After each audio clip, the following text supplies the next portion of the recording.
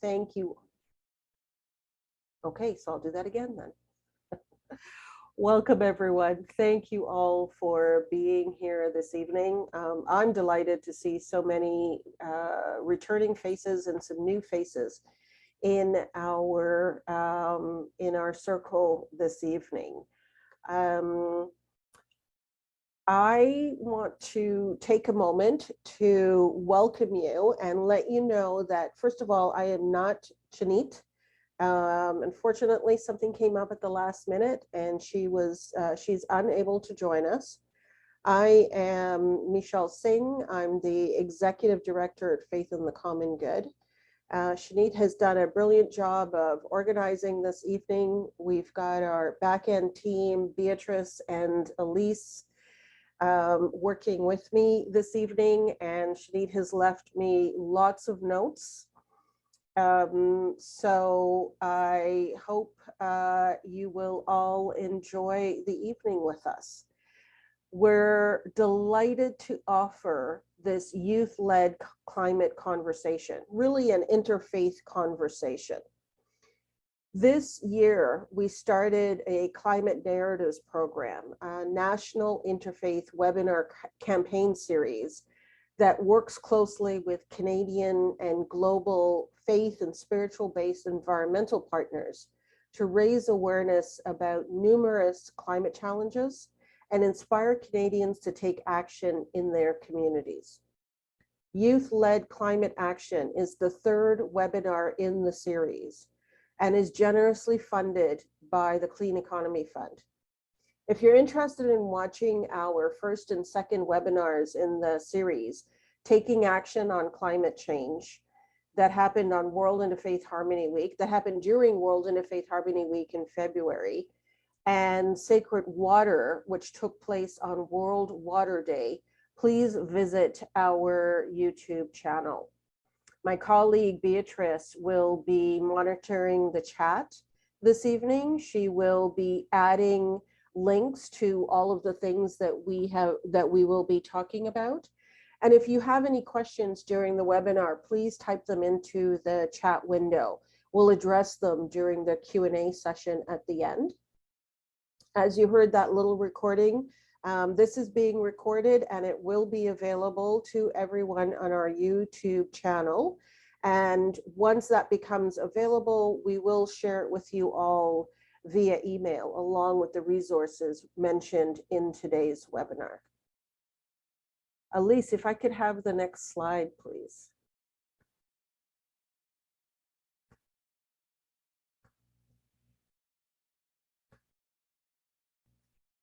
For those of you just joining us, welcome. We're gathered today to have a conversation and hear from young Canadians of diverse faith backgrounds regarding how they are taking action to protect the environment, and also how their faith is inspiring their efforts to find solutions. This conversation will include 3 guest speakers, Nazish, Moriyah, and Aleyxa. During our panel discussion, they will share and reflect on 2 questions from the youth perspective.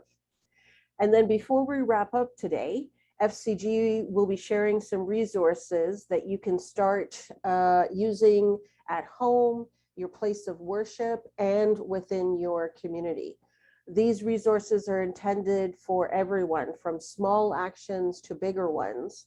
Most importantly, we hope today's conversation deepens everyone's connection with water and protects it for everyone, with water and the environment.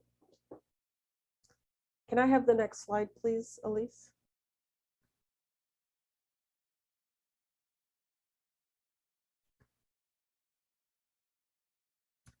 We begin with a land acknowledgement.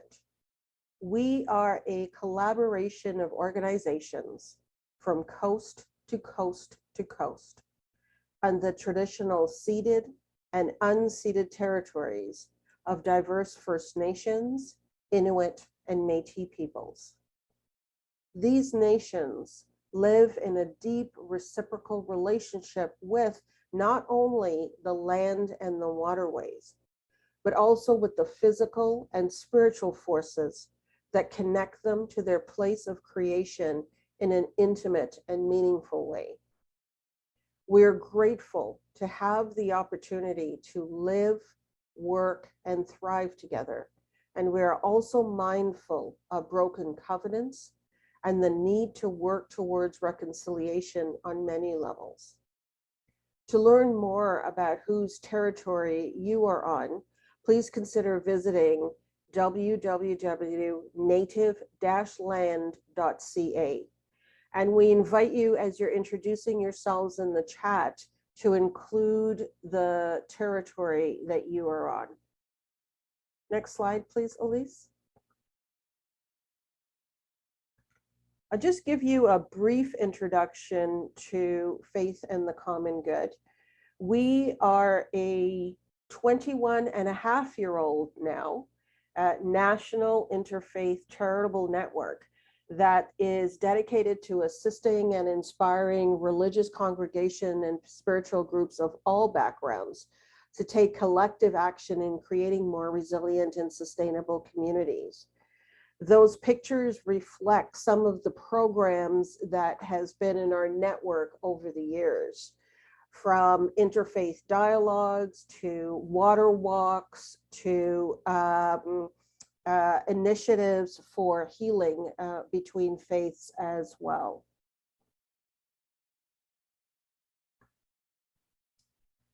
Next slide, please, Elise. Today's conversation is an invitation. It's a call to action, and it's an opportunity for our community to collectively join together to listen to our youth guests, speakers, and most importantly, act together on climate change for a healthy, just, and sustainable future. We've invited 3 extraordinary young people from different faiths to share with us how their faith inspires them to take care of our common home. Today's webinar is also an opportunity to position youth at the center of the climate change conversation, as they are often excluded from important decision-making tables that impact their futures as well. Our conversation tonight aims to educate and inspire individuals to take action in their communities and to advocate for faith leadership to lead the way for climate action, for meaningful climate action. Next slide, please, Elise. Before we get into our panel discussion, I'm just going to take a couple of moments to introduce our 3 guest speakers. Nazish is a sustainability consultant with an MSc in Sustainable Energy Development and a BCom in Energy Management. Nazish has diverse professional experience in energy, environment, and sustainability. She is the lead of the Environmental Committee at Akram Joma Islamic Center in Calgary, Alberta. Next slide, please, Elise.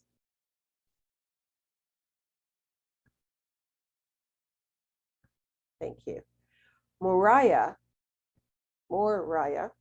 is a Jewish youth from Hamilton studying economics in Ottawa and a volunteer with the environmental advocacy group Hamilton 350.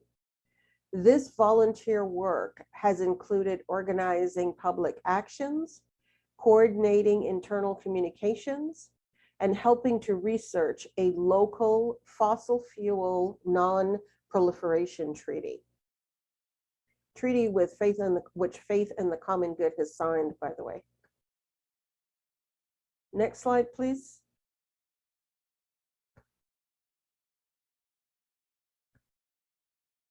Aleyxa is currently pursuing a Bachelor's of Environmental Studies in Resource Sustainability at the University of Waterloo. She integrates both her faith and passion for the environment through sharing the importance of stewarding God's creation. Aleyxa brings considerable knowledge in the field of energy efficiency and resource conservation, and is working with the Faithful Footprints team and United Church of Canada across the country.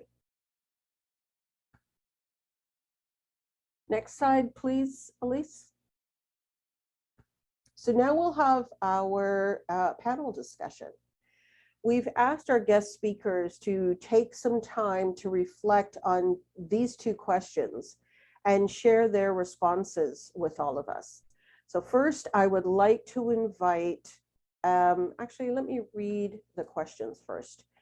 So the first question is, why did you start to care about the environment and climate change? And how does your faith or values inspire you to care for the environment? And tonight, the order of the speakers is Nazish, Moriyah, and Aleyxa. So I pass the podium off to you, Nazish.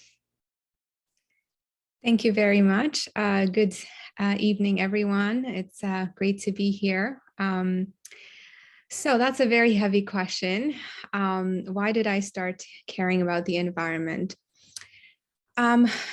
I would say that for me, my care and concern for the environment and the work that stems from it actually is deeply connected to my faith practice.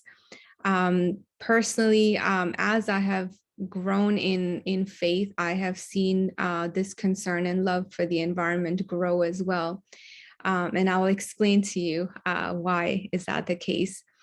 So actually, the more I understood my faith as a Muslim, I realized that there's actually a lot of emphasis on taking care of the environment.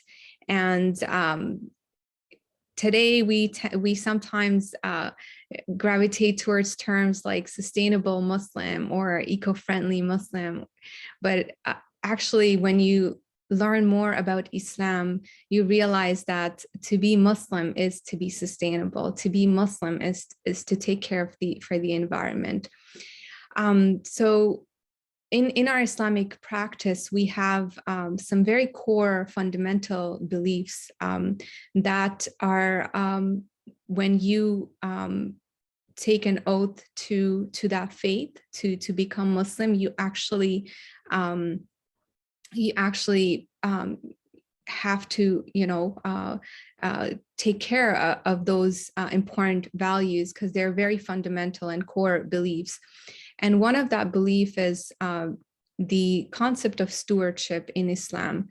So we believe, and it is written in our scripture in Quran as well, in the very beginning story of how Prophet Adam came to this earth. He was actually given the responsibility to steward this earth. And here I will use some terms, some Arabic terms that are in the Quran.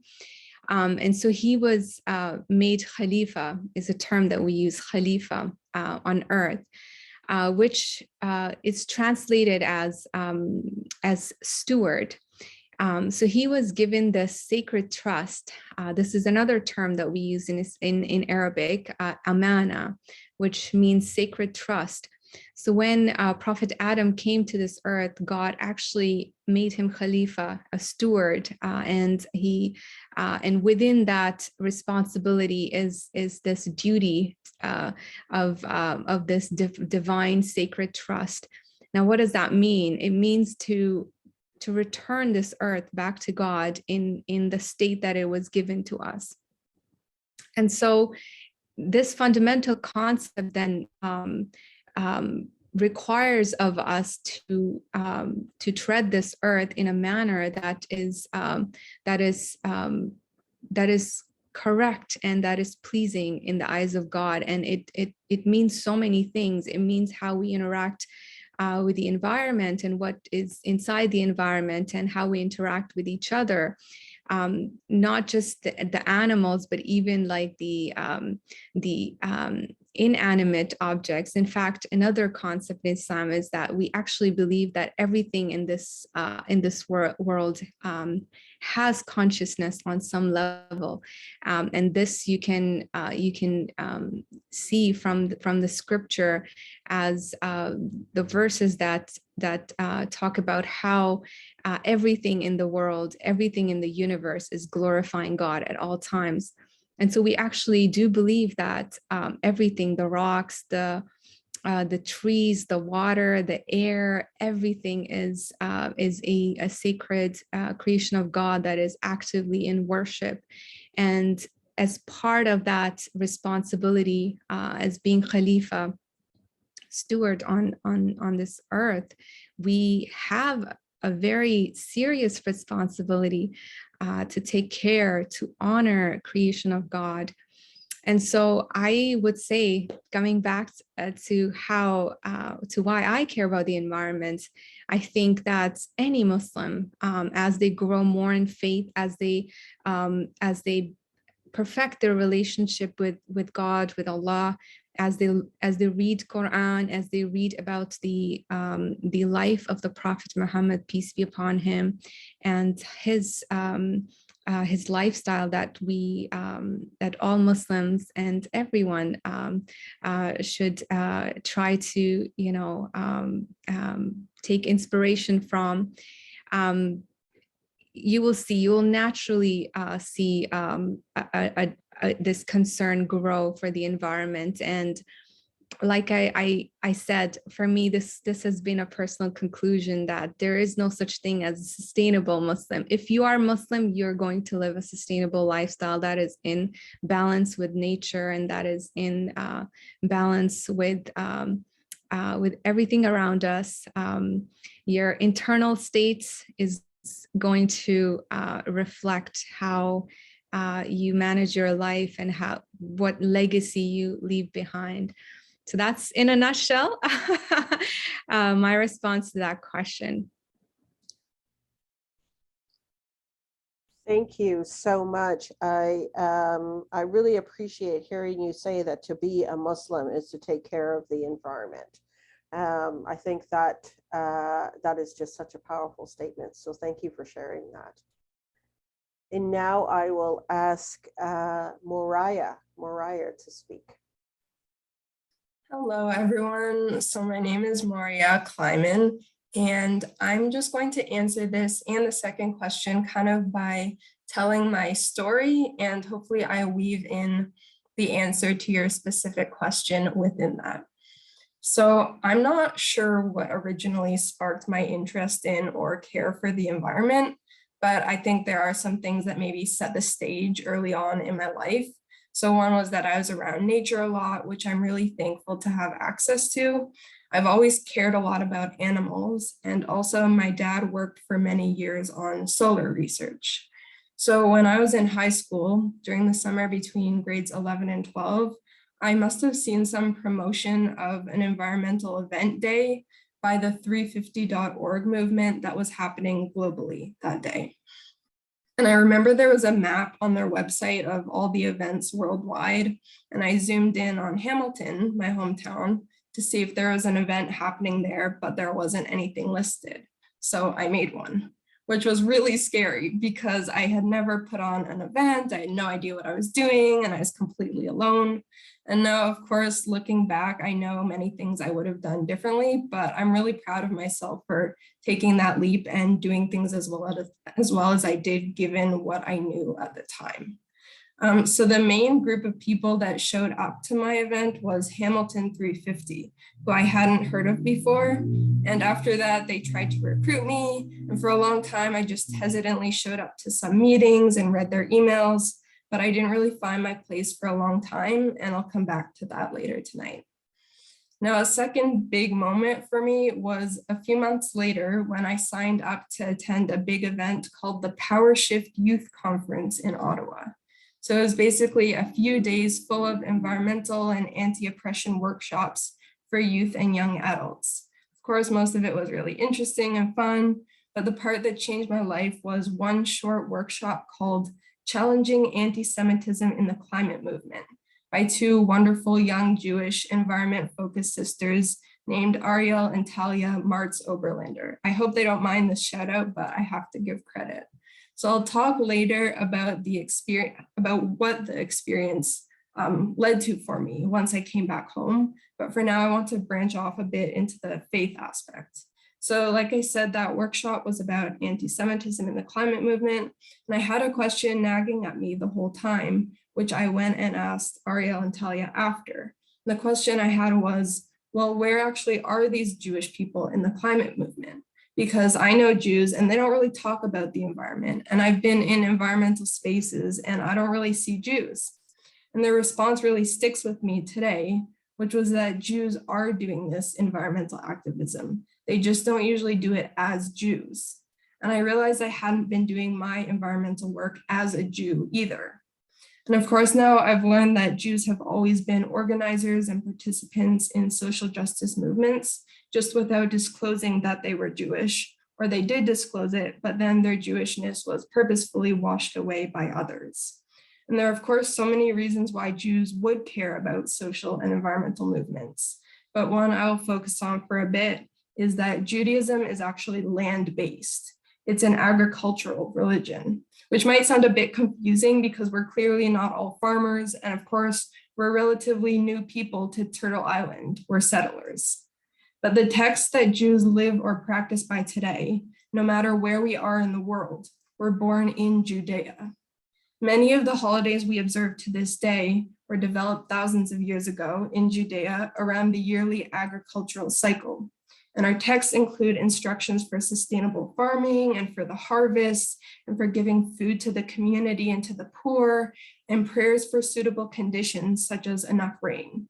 Because if they didn't pass on knowledge of and create systems around living on the land, we would have died.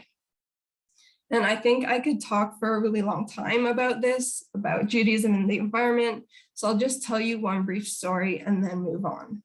A man named Julien was traveling along a road and came across an older man planting a carob tree. So Julien asked, "How long will it take for this tree to bear fruit?" The older man replied, 70 years. And Julien asked, "Are you sure you will live for another 70 years? And then the older man replied, "I found carob trees in this world ready to eat from. So like my ancestors planted them for me, I too am planting them for my descendants." So that was a short overview of Judaism and the environment from a more religious and text-based perspective, but I do want to mention that being Jewish is a culture and an ethnicity as well. And I think one of the main ways being Jewish inspired my climate action is just the caring environment of Jewish communities, where people are always stepping into volunteer roles to keep things running, where there are always fundraisers for social causes, where there are always stories of fighting oppression and being courageous. And I think it's similar for how being a youth inspires my climate action. Seeing other youth attending that conference or the students at my high school organizing against cuts to education, it's just being around the culture of youth activism in general that's very inspiring. And I wish I had something more profound to say about how being a youth makes me care about the environment or step into volunteer roles. I mean, I certainly want to see myself and my younger family members grow up. And of course, we're in very dangerous times right now with the climate crisis, but I think I would have felt the same way no matter my age. So I'm sorry if that answer is a bit disappointing or underwhelming, but hopefully I can still pass on some encouragement to other youth tonight, which I'll expand on in my next answer. Thank you. Wow, I think you were very profound in your sharing, actually. Thank you very much. And I deeply appreciate your words. Thank you. Now I will pass the microphone to Aleyxa. Hello.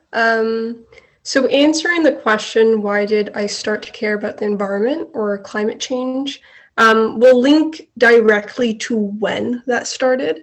And it was very random. It actually did not begin through my faith, well, at least at that moment, not knowingly. Ever since I was younger, I was very interested and passionate about the built environment.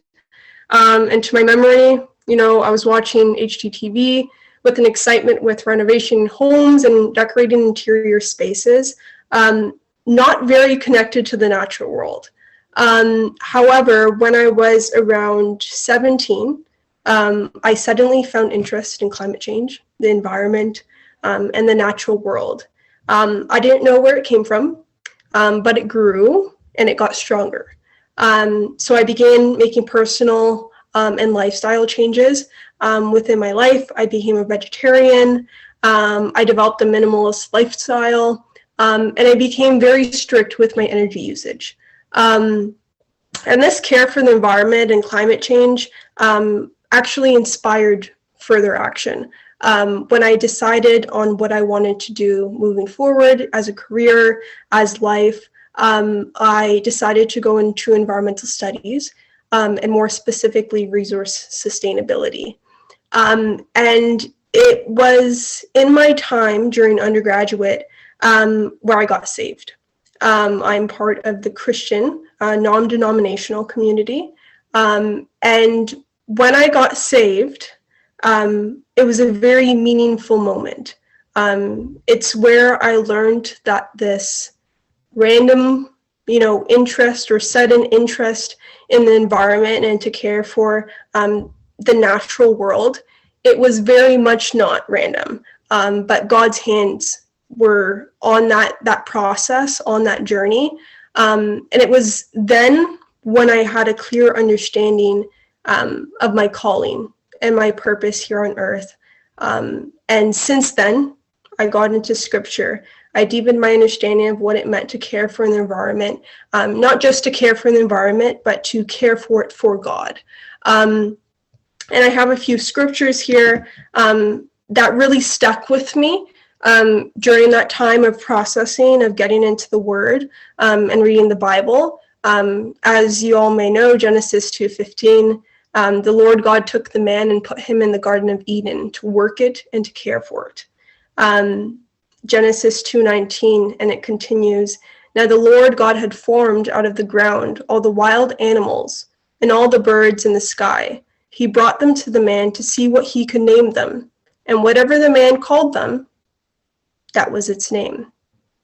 And lastly, Psalms 8:4-6, it says, what is mankind that you are mindful of them? Human beings that you care for them.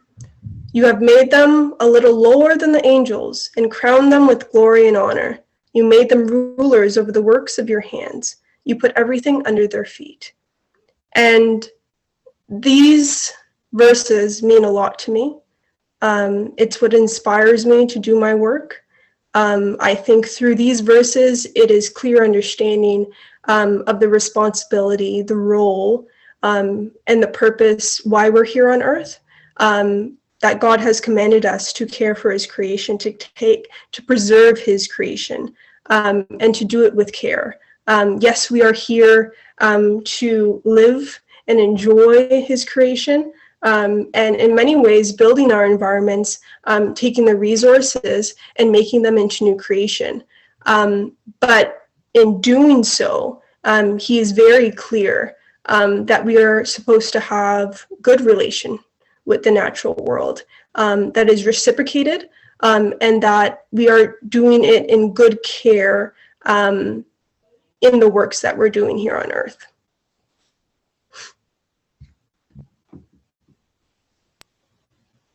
Thank you, Aleyxa.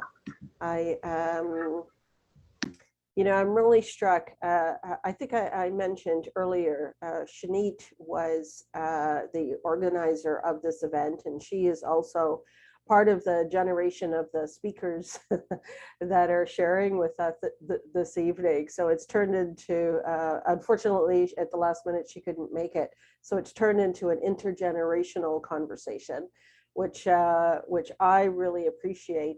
But I have to say, with what you all are sharing, you're leaving me deeply inspired, just with your words and sharing about your own personal stories and perspectives. We will now just move on to the next question. And we will hear from the speakers in the same order. how do you align your faith or your values with your climate action? And I think you've all spoken to this somewhat, but this is an opportunity, I think, to perhaps go a little bit deeper and talk about some of the work that perhaps you are currently involved in. And what is it that also gives you hope? And I'm actually going to add another question, and you decide how you want to respond. But because I just mentioned intergenerational, what is it that you think is maybe missing in that intergenerational climate action and conversation? Moriyah, and I apologize, I'm tripping over your name. I will keep on practicing. Honestly, it hurt my heart to hear that Jewish people felt that they couldn't be fully themselves and do the work of climate action and be part of the climate movement. That was a really powerful thing to hear from you as well. So thank you for sharing that so authentically. So we can stop sharing the screen now, and we'll hear from the speakers again in the same order, starting with Nazish. Thank you. Wow, that was so powerful. I'm going to be thinking about everything that was said in this room. So I would say, I would answer I think you talked a little bit about hope and how, because I feel like hope and action are closely tied. And so I think for me personally, I'll be very honest with you. Sometimes even now I struggle with the two. It's perhaps most of us in this room, if we're completely honest, given the nature of our work and everything that goes on, and all the news that we see of the impacts of the climate crises that is very much unfolding in front of our eyes. What gives me hope, definitely my faith. And there's actually a saying of the Prophet Muhammad, peace and blessings be upon him, that is such an interesting saying. He mentioned that even if the hour is in the hour of the judgment that we believe in as Muslims, and as, you know, a few other faith traditions believe in that as well, that there will be a day of judgment. And so in the saying, he says that even if the hour of the judgment is upon you and one of you has a sampling in his hand, then he should plant it. And that is such a powerful saying. And we can talk for hours about this saying, but the way I seek inspiration from the saying is that even if the hour, which in at least in our tradition, we believe that to be the most devastating and the most terrifying experience for anyone to witness, that even if that calamity was to befall you and you have a sampling in your hand, then you should plant it, because that is what is in our hands, right? So I personally, on a very personal level, I try to recenter myself and gain focus when there's a lot of distraction and a lot of bad news. I try to focus on what is in front of me and the work that I can do to continue planting those samplings.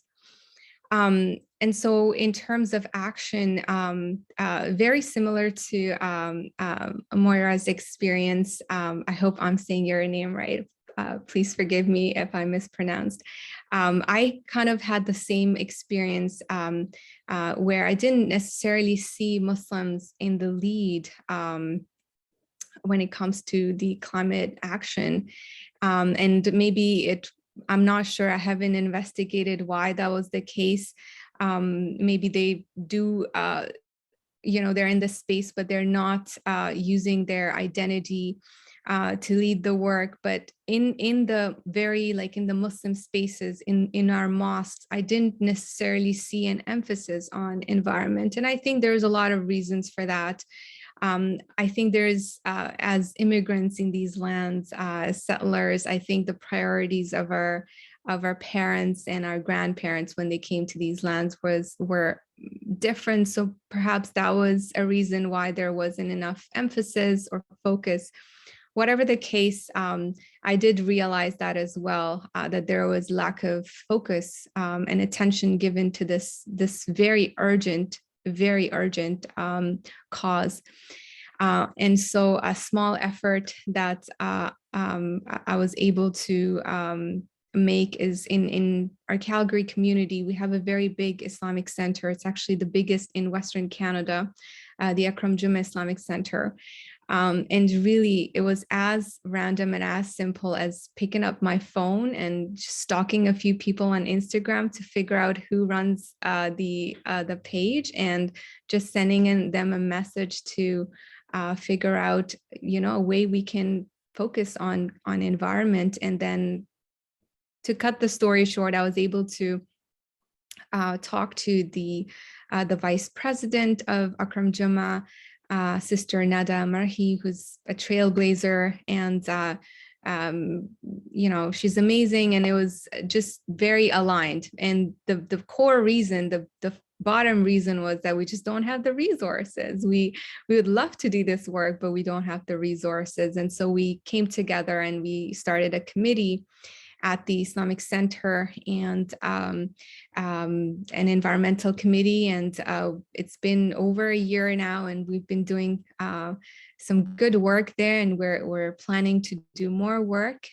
But my message to anyone listening is that if something is bothering you, honestly, just pick up your phone and go for it. Sometimes we think that we don't know enough, or we're just like not specialized in the area. I think all of us are specialized in this area, taking care of the environment. You don't need to come with degrees or anything like that. It's just, you just need to care. And if you do, then just go for it. Someone will listen. I hope that's helpful. Thank you. Thank you. Yes, that was very helpful. You actually reminded me of a quote. I heard someone say, I think it was Andrew Harvey, who said, pay attention to what hurts your heart and then go do something about it. Or so, that was the gist of the quote. So that's what you just reminded me of. Thank you. And now. Hi.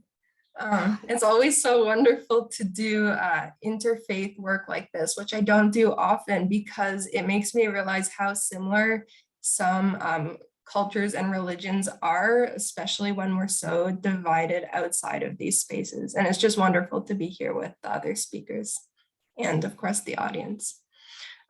So in my last answer, I was talking about this Power Shift Youth Conference I went to with the workshop about challenging anti-Semitism in the climate movement. And I said I would talk about what this led to for me afterward, because it really did change my life. So I think it was just a few days later that my mom sent me an article from the Hamilton Jewish News on the topic of Jews and climate change. And I saw that the author was involved in Hamilton 350, though I had never met her. And I'm sure I would have thought this was cool no matter what, but after going to that workshop, I was extra excited about this. So I sent this person an email about what I had learned, and I asked if she wanted to chat about possibly creating our own workshops related to Jews and the environment. And that is how I met the most amazing person, really, and we put together 2 events. The first was a workshop on anti-Semitism for non-Jews in the climate movement. And the second was a Jewish holiday teach-in about the environment for a Jewish audience. And since then, my environmental volunteering has mainly been with Hamilton 350, which was mostly an older group of people when I first joined. And being a lot younger made me kind of unsure of what I could actually do. And also, it made it harder to push my way into specific roles. But then about a year after those 2 workshops, an opportunity came up with Hamilton 350 because the group realized it needed to restructure and created a steering committee. And I thought to myself, okay, I'm going to put my name forward for that. And that finally was the moment where I really did start environmental work and never stop. So since then, I've had a lot of different roles. I'm part of the new welcoming committee that helps match up people's interests to a role within the group and just help new members get involved in any way we can. I also co-manage our email, which means writing up messages I hope will reach people and responding to any questions. And I've done some social media work. I've also been a speaker at a public action we created during those wildfires and helped plan a rally for a just transition. And finally, I've been a connection with Fridays for Future Hamilton, a local youth climate action group. And through this group, I helped research how a global treaty to phase out fossil fuels could apply in Hamilton by identifying how fossil fuels are used in the city. So that was an overview of what types of environmental work I've been up to. And I just want to finish up my answer with 2 insights. So the first is about how I think other youth can get involved. So from my experience with both older and younger environmental groups, I believe that youth are very valued in both. So really any organization near you is probably happy to have you. To specifically find youth groups, a local Fridays for Future chapter is a good bet, as well as university environmental groups. But I would also recommend creating your own, whether it's general or very niche, such as an environmental group for your faith. And I just wanted to say that you don't have to do anything big. I've seen the power of small groups, and some of Hamilton 350's most effective subgroups are just 3 to 10 people. And my second insight is about just taking the leap to do something you know you want to do or feel might be a good idea, but are hesitant about. Every big moment from my own story that I mentioned tonight was the same. I almost didn't do it. I almost didn't create that first event. I almost didn't go to that conference. I almost didn't put myself forward for roles in Hamilton 350. But each time I took a deep breath and just went for it, even though this was not my normal attitude to new scary things, and I haven't regretted doing this once. I think each small decision you can make can take you down a new and wonderful path, and I hope you all get to experience that. Thanks for having me tonight, and I'm happy to chat after. Wow, extraordinary. You're a warrior. You're a warrior. I really appreciate you saying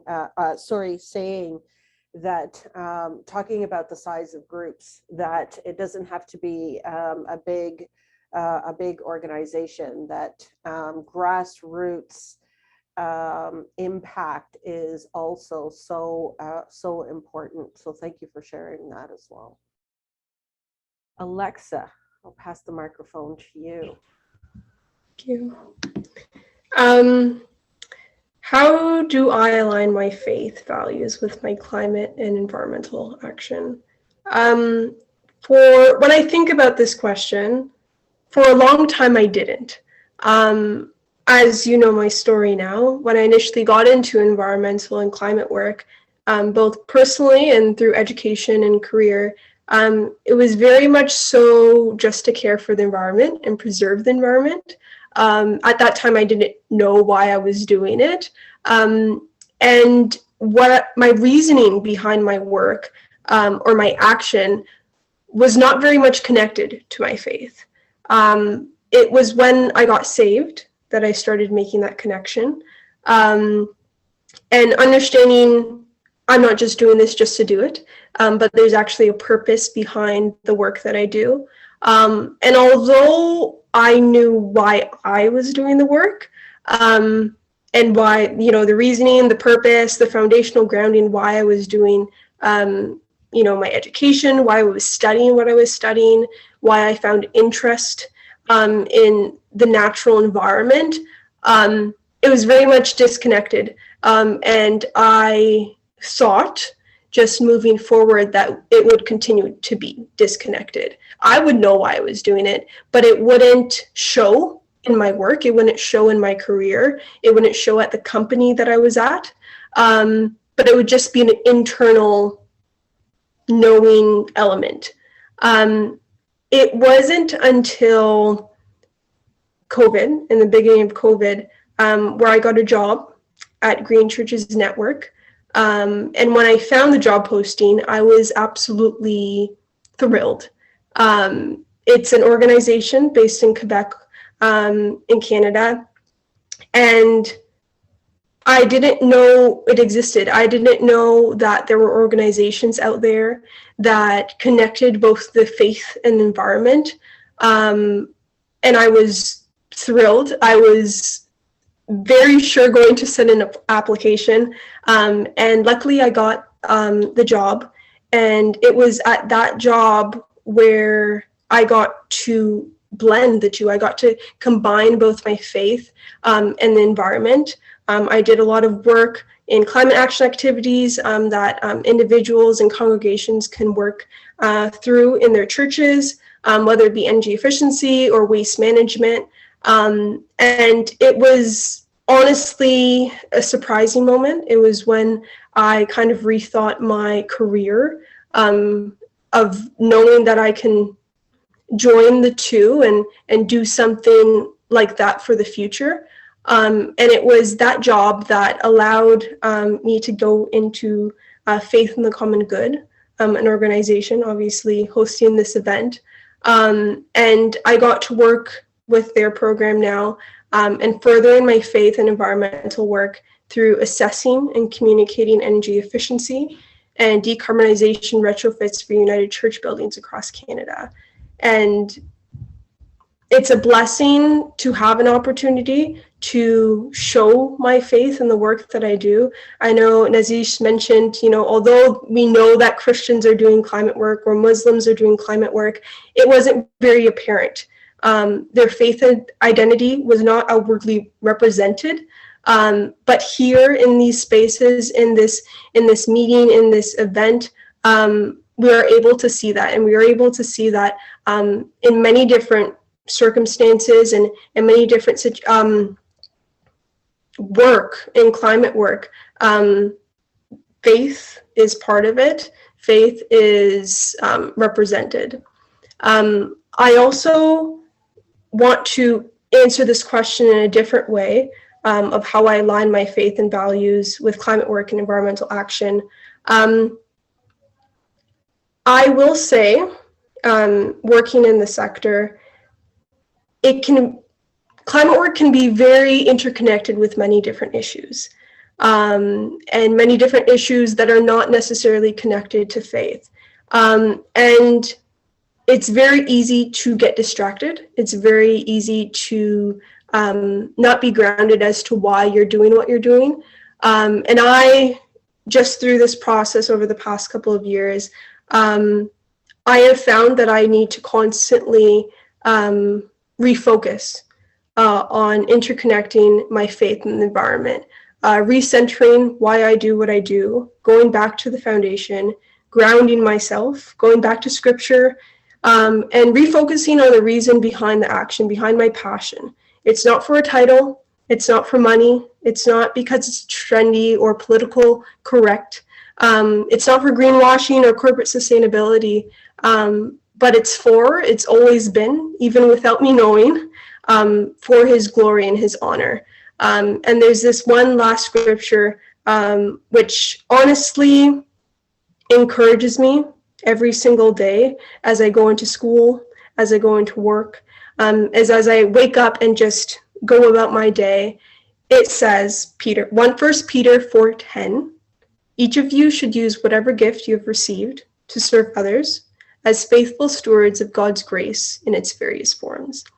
And I truly believe, since I was 17 and I got that spark of environmentalism, and through me being saved and me sitting here right now on this panel, I have been given the gift, the purpose and the calling to care for his creation, to steward the earth, not only by myself, but to advocate for that and to encourage others to do the same. So that's how I align my faith values with climate actions, and that's how I will continue to do it moving forward. Thank you, Aleyxa. Sorry, just one second. Yeah. Thank you, Aleyxa. Boy, you all have really given us a lot to think about, a lot to reflect on. I like that you also, you might not call it this, but I hear them as challenges, each in a different way, but definitely things for us to spend some time discerning. So thank you for that as well. I haven't been really able to keep up with the chat because I've been so focused on all of you, but I did see a couple of people say how inspired they are. And I wonder, Beatrice, if there are any questions in the chat for our panelists. And while you're looking at that, I just wanted to mention that Beatrice is also our communications manager at Faith in the Common Good, and she's always writing just fabulous stories to share in national media. And I think, Beatrice, you've got your next story here between these three young people. I do indeed. We're all amazed and impressed and inspired, and just like, yes, this is great. Thank you. So maybe, Elise, you could spotlight all three speakers at the same time, and we'll see if we have a few minutes for questions.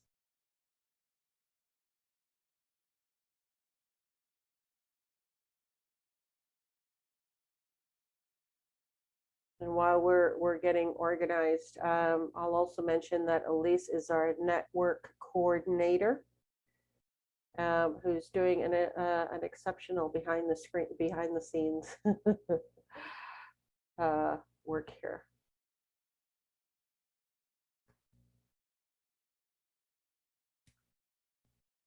How are you doing, Beatrice? Are you able to? Sorry. So I haven't seen any questions so far. Just a lot of compliments and a lot of people saying they're very inspired.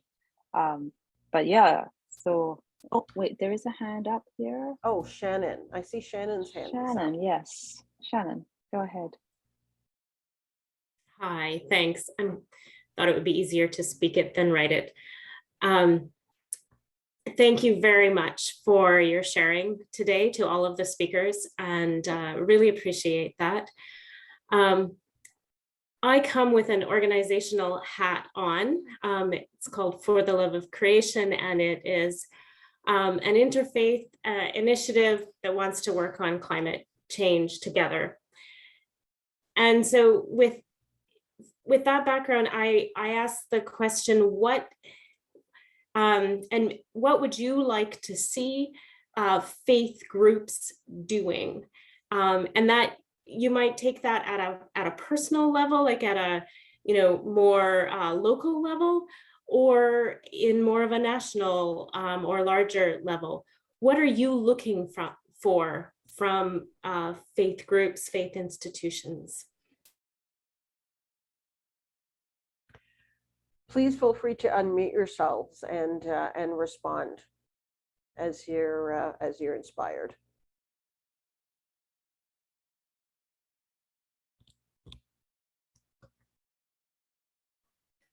I can start, or Nazish, you were gonna go, maybe we could go in the same order.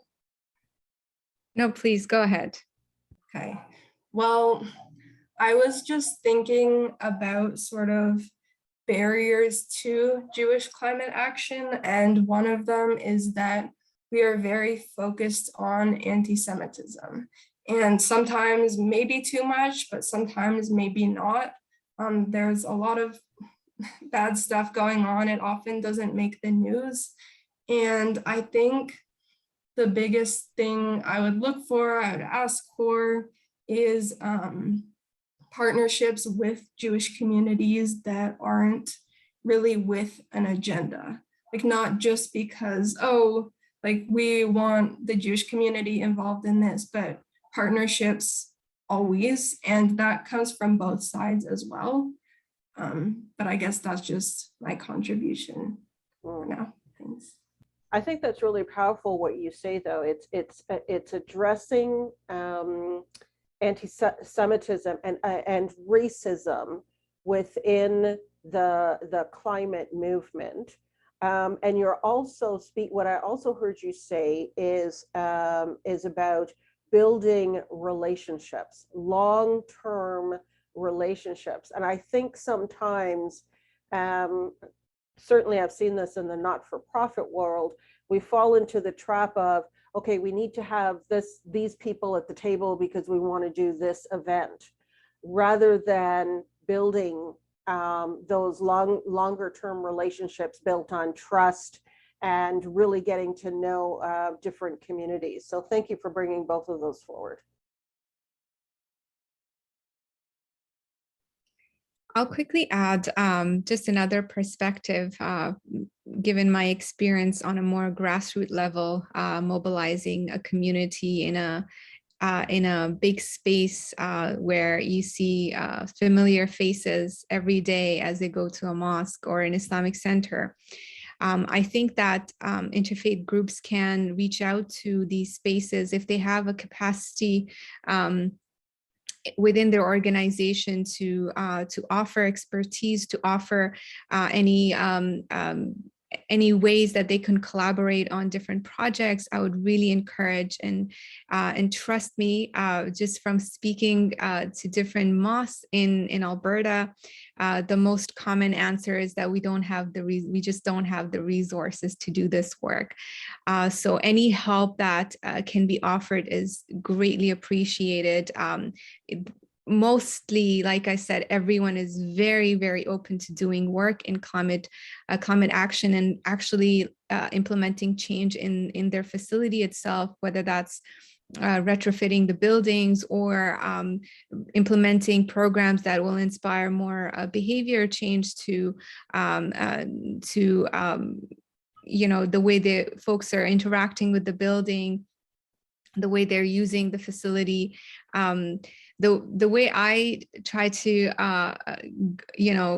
inspire my mosque in particular is that really any place of worship cannot be a source of pollution. That just does not sound correct. Like, it is very wrong.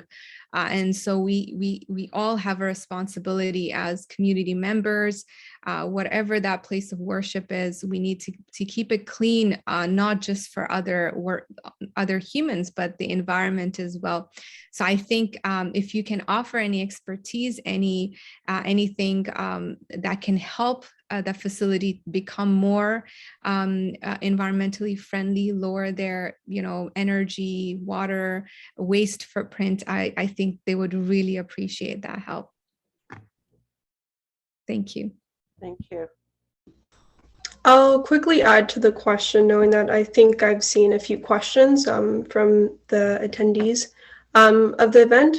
I will say, I think the work is being done. I think the work is being done, to answer your question, Michelle, in terms of the intergenerational, what's missing from the conversation, what's missing from the climate action, and even just from a broader societal perspective, I think the work's being done specifically in Canada. And I think what's missing is highlighting what churches are doing, highlighting what Christians are doing in the transition to a more sustainable future. I think organizations and individuals, they're partaking in environmental work, but it's not being highlighted through that lens. We need to understand that there's many people doing climate work, not just to do it, but through their faith. Their faith is the reason as to why they're doing that action. And just highlighting that on a global scale, on a national scale, on a provincial, as well as municipal and local scale. I think one of the consistent pieces of feedback we've had about this Interfaith Conversation series is from people saying, I didn't know that Jews were doing that, or Muslims were doing that, or Christians, or Sikhs, or Hindus, because we've had a few different faiths represented in this series. And so it's been it's been very successful in terms of that level of education. I see Michael has his hand raised. Okay, Michelle, we have 2 questions before, if that's okay. I don't know we have that much time, so maybe before we get to Michael, we can answer some of the questions that people have put in the chat, if that's okay, Oh, Michael? okay. Sorry. Go ahead. I Yeah, missed that. yeah, no Sorry, problem. Michael. So we have Give us a 1 question minute. from Charlie. And the question for the panel: what's your biggest dream or goal, either for your personal environmental advocacy journey or for the organizations that you work with? So what's your biggest dream or goal, either for your personal environmental advocacy journey or for the organizations that you work with? If you'd like to take that one on.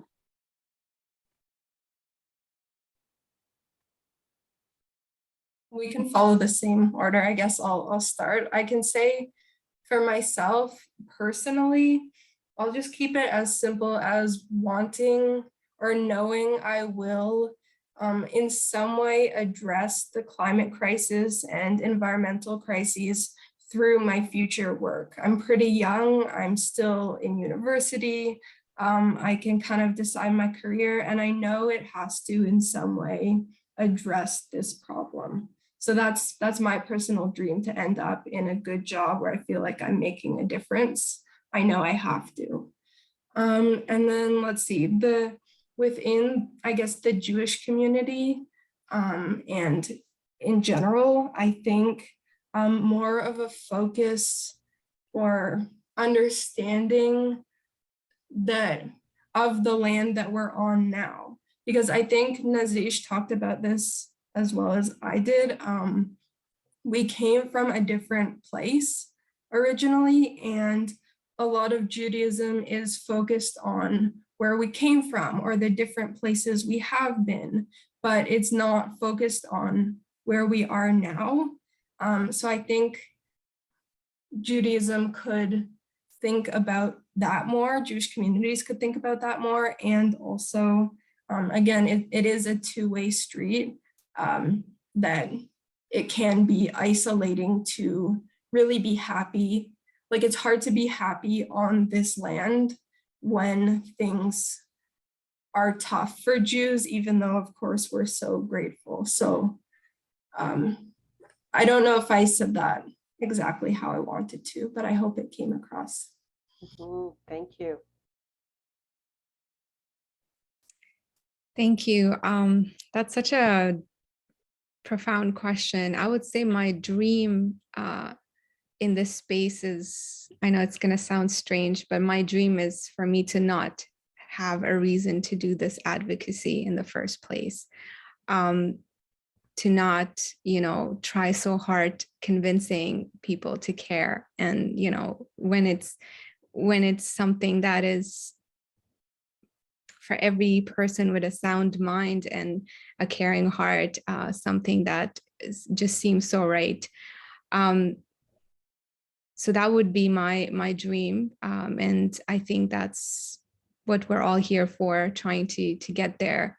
And in this process of getting there, which involves working together on a personal, individual level and working with organizations, I think my biggest dream, another dream, is to just have people that work with good intentions, especially when it comes to organizations, that everyone is taking that time. We actually talked about that, right? Aleyxa mentioned that recentering, that renewing of intention of why are we doing this work. I think that it is very important on an organizational level, also on a personal level, but especially on an organizational level, that practice of recentering the mission and really focusing on the intention happens every day.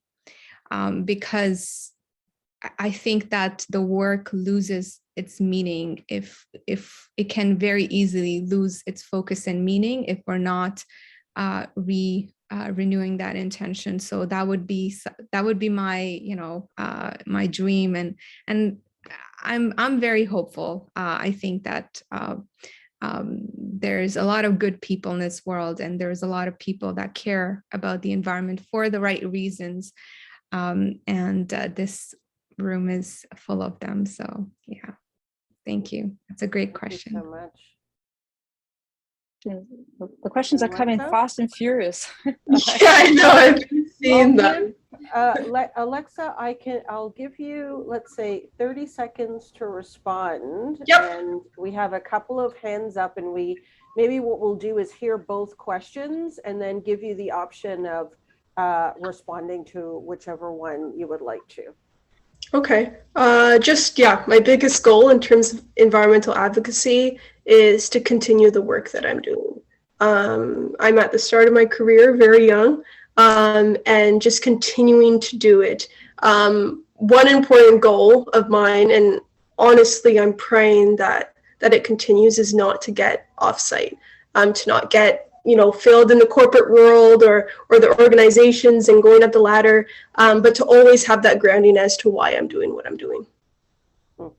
Thank you, Aleyxa. Wow, wise words. Michael, will you share your question with us, please? Sure. So I'll just quickly introduce myself. So I teach at the University of Calgary. I'm a professor there.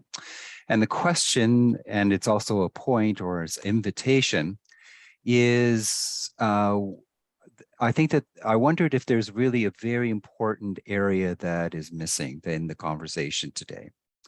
And that has to do with the fact that and I'm thinking particularly of an organization in Germany, Climate Action Tracker, which what it does is evaluates countries around the world as far as their effectiveness in actually addressing their climate change goals relative to what science is saying, which is that we have to reduce our emissions by 50% by 2030.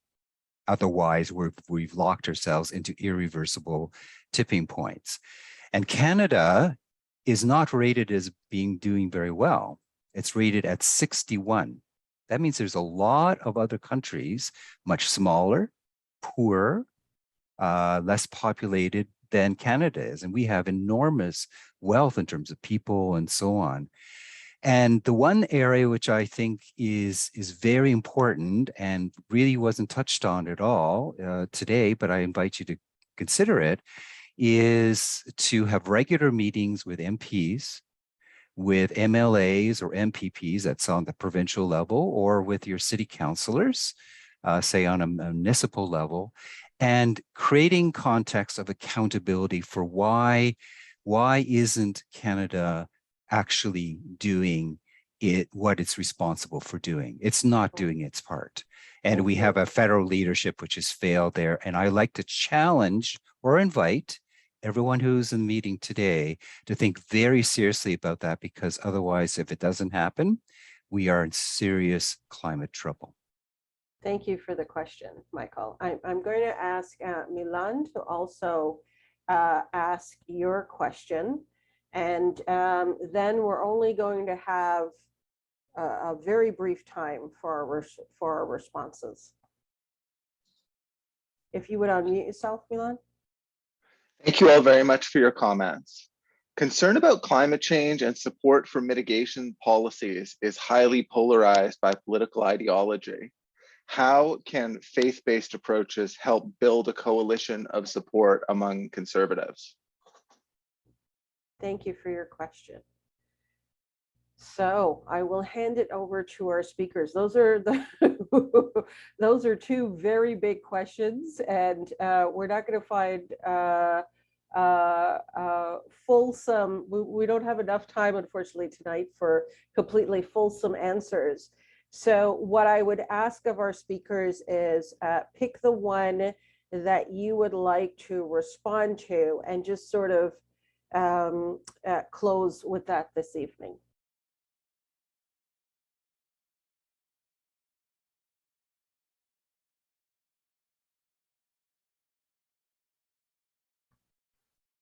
I think I'm probably best at filling in the gaps at the end on this one, if anyone else wants to take it.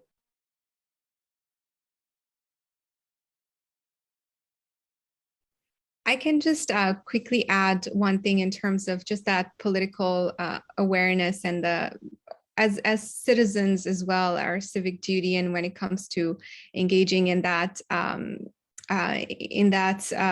manner, I would say that actually mosques have a huge influence on any places of worship where people are gathering, you can have an influence on people, and just giving information in a manner that they can make those choices for themselves.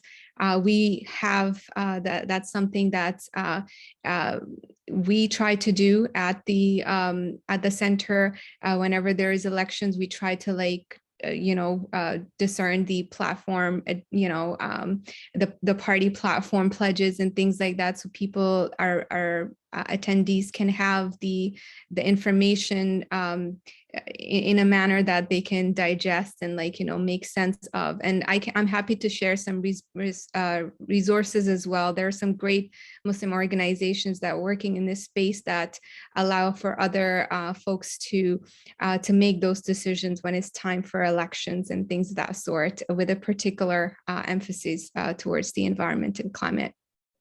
Thank you. We can include those when we send out the follow-up email with this video recording. So if you send that to Shanit, we can include it then.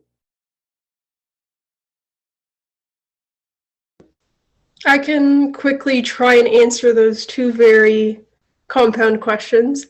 In terms of where Canada stands in regards to emissions, I can't speak too well on that. But I will say the United Church of Canada actually has a goal for 2050 to reduce their carbon emissions by 80%. And they are taking active measures, whether that be through the Faithful Footprints program that I work on, that is retrofitting the buildings across Canada, as well as different initiatives over time. So I know that that's being done. Speaking on the different factors that does contribute to carbon emissions, I can't speak too much on that. In terms of the second question of encouraging conservatives to join the climate action, to take action,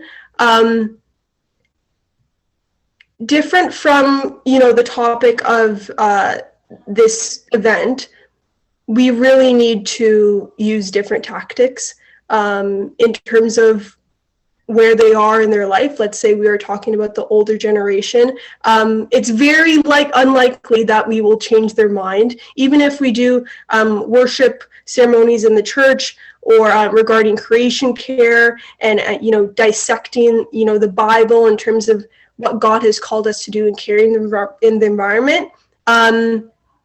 We have to think about the possibilities of the change of behavior or mentality, and we may have to go the route of saving money on the church, saving money in your homes to get them to take action. Thank you, Aleyxa. The practical space, yes. I guess I'll just finish off by saying, I know, relating to the first question, Hamilton 350, which I'm involved in, is absolutely doing all of that. We do meet with politicians. We have been involved in election work. And I'll just say, I agree that that needs to be done. And then for the second one, someone said in the comments, which I agree with, certainly everyone, every faith has people across the political spectrum. But I guess my response would just, in terms of what can faith groups do, I know just from a Jewish perspective, it's kind of hard to be asked to then center even more issues, ask for more things that aren't related to what Jewish people need. And especially with sort of the trope of Jews, controlling everything and being the secret agents behind everything. It's kind of, I don't know, it's definitely hard to influence politics as Jews. And if we can, we're mostly focusing on immediate needs, but I wish it didn't have to be like that. And I appreciate both of those questions. They were great. And thank you all for your responses. This has been, I think this evening has really exceeded my expectations. You've all been phenomenal speakers. As I said earlier, I think you've left us with a lot to reflect on, and also some things to discern. Just in closing, I know we're a couple of minutes past our closing. I would just like to thank all of our guests as well for attending this evening and being a part of this conversation. After our summer break, we will host additional interfaith conversations in the fall. And there were some really good points that were brought up here that I hope we'll be able to have dialogue around in the fall as well. In closing, I would just like to invite you to visit the Faith and the Common Good website. We actually do have a lot of free resources, and I believe Beatrice is going to put a link in the chat to free resources that include everything from gardening to DIY audits that helps you to look at everything in your congregation. There is an Energy Star Action Workbook for congregations. We have a toolkit from the Mouvement Laudato Si movement in Canada that looks at divestment. We have a toolkit from our Greening Canadian Moss program that has resources in 7 different languages.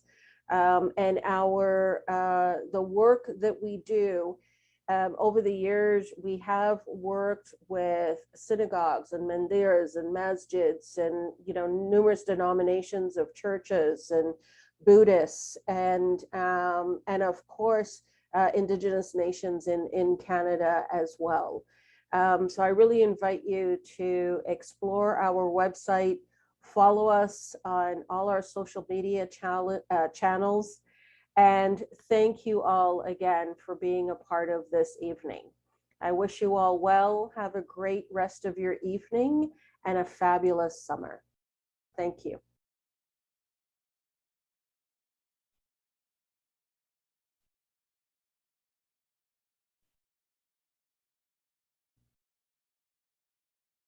Elise and Beatrice, if you would stay with us and maybe stop recording. Good night, everyone. Take care.